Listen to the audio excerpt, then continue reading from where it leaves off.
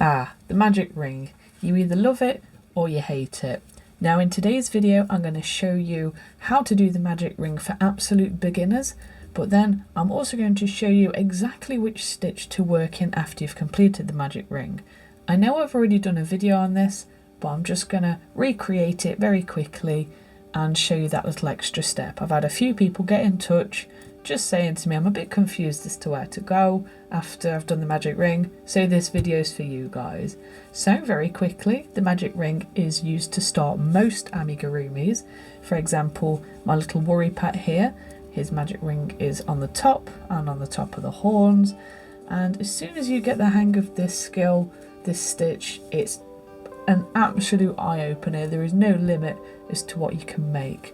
So for today I'm going to be using my trusty 4mm crochet hook, and I'm also going to bring a stitch marker into the equation so I can show you exactly where to go after we finish the magic ring, which will, in your pattern, be the start of round 1. So I'm just going to use some nice blue yarn, and as I said, I'm going to try and make this tutorial for absolute beginners, so I'm going to go as slow as possible. All you'll need to know is how to do a single crochet, and that's in US terminology, and a chain. So to start, we're going to create our magic ring, and to do that I'm going to take up my yarn and I'm going to drape it over these 2 fingers, and then I'm going to wrap it around and then around again, so I form this cross right on my fingers, right between my fingers. I've got this nice little cross here, and now I'm going to take my hook and I'm going to go under that first strand there.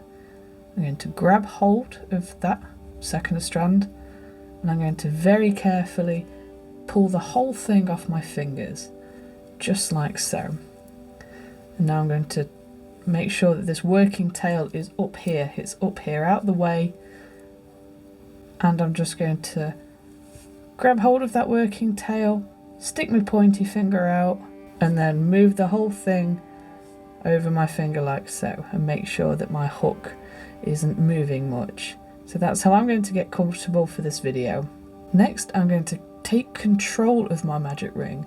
So I'm going to stick my middle finger out and use my thumb as well, and I'm going to grab hold of this tail here, just up. I'm going to work my way up until I've got where the cross is, just there on my yarn. So I'm going to hold that, so now I can hold that open. That won't change size now, and with my pointy finger I'm just going to pull the wool just a bit tighter on my hook,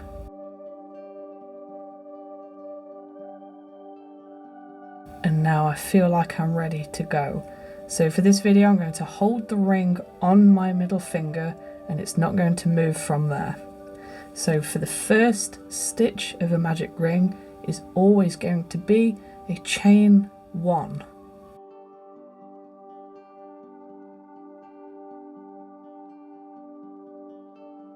Now if your pattern says magic ring 6, we're going to pop 5 more single crochets into this ring, because that chain 1 always counts as your first stitch. If your pattern says magic ring 8 or start with a magic ring 8, same principle, we're going to put 7 more into that ring because that chain is your first stitch. But for the purpose of this video, I will do a magic ring 6 with you. So like I said, that chain there is the first stitch. So I'm going to put 5 single crochets into this hole here, into this nice open space, and I'm going to constantly maneuver my middle finger and my thumb to hold this knot, and I'm going to make sure that my stitches do not twist.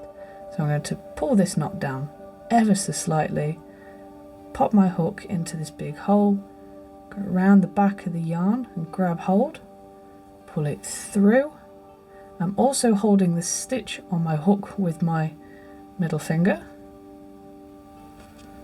go around the back and pull it through. And now I'm going to go in again grab hold, and then pull it through. See how my thumb and my middle finger are moving between holding the knot and then holding that chain as I pull the yarn through.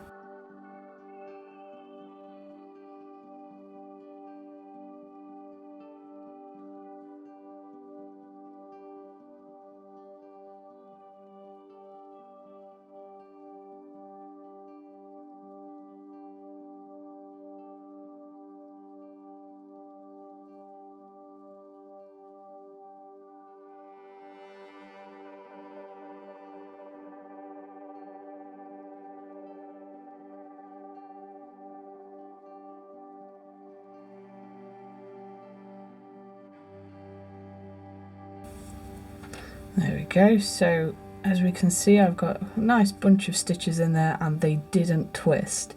Now if they do twist, you will notice because you'll be able to see the twist. If you do have that, you can very easily just make sure that they're all uniform, just maneuver them around, make sure that they're all in line. So when you've made sure that all of your stitches are nicely in line and they haven't twisted at all, make sure that this one is quite tight. We're going to hold the whole lot here and we're going to grab this starting tail and pull it nice and tight. Not too tight, but we just want to close that ring up like that. And now for the final stitch, we're going to pop a slip stitch straight into the top of that original first chain, so straight into here. Now you'll be able to see it. So we're just going to go straight through both of those loops there. So I see we've got both of the loops on the hook, and then we're going to grab hold of that yarn, pull it through, and then for the slip stitch we're just going to pull it straight through there. And that's how we do the magic ring. So that was a magic ring 6, and like I said, I'll show you where to go from now. So we'll just pop the stitch marker in there, because now we know that that's secure, that's good to go, that won't move, we won't lose it.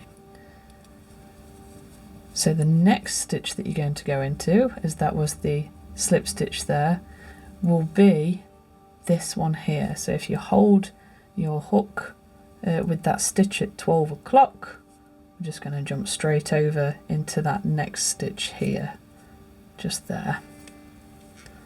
So it'll be this one.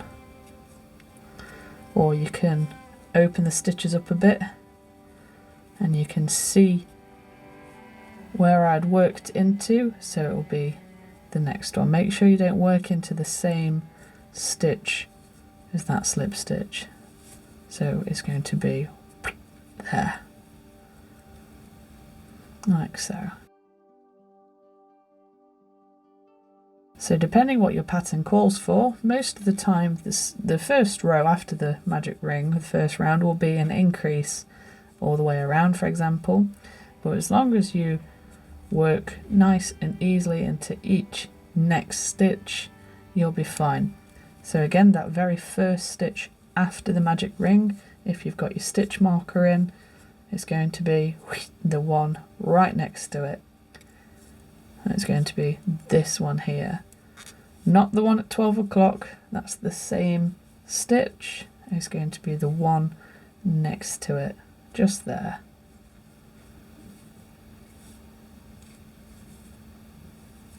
There we go, like so. So there we go, that's how you create the magic ring for beginners, and also which stitch to work in next, as that's been confusing quite a few people that have they've let me know, they've been in touch and said, where do I go next? So this video is for you, you go into that one. So you've got 12 o'clock and then you go straight into the next one, So there we go. Thank you for watching. Don't forget to subscribe for more weekly tips, tricks and free crochet patterns. And like I said in my community post, I've also learnt how to mirror my videos so they will be deemed left-handed so nobody gets left out. So this is going to be one of those that I will mirror just so I can include as many people as possible in this crochet journey. So once again, thank you so much for watching, and I really hope to see you soon. Bye for now.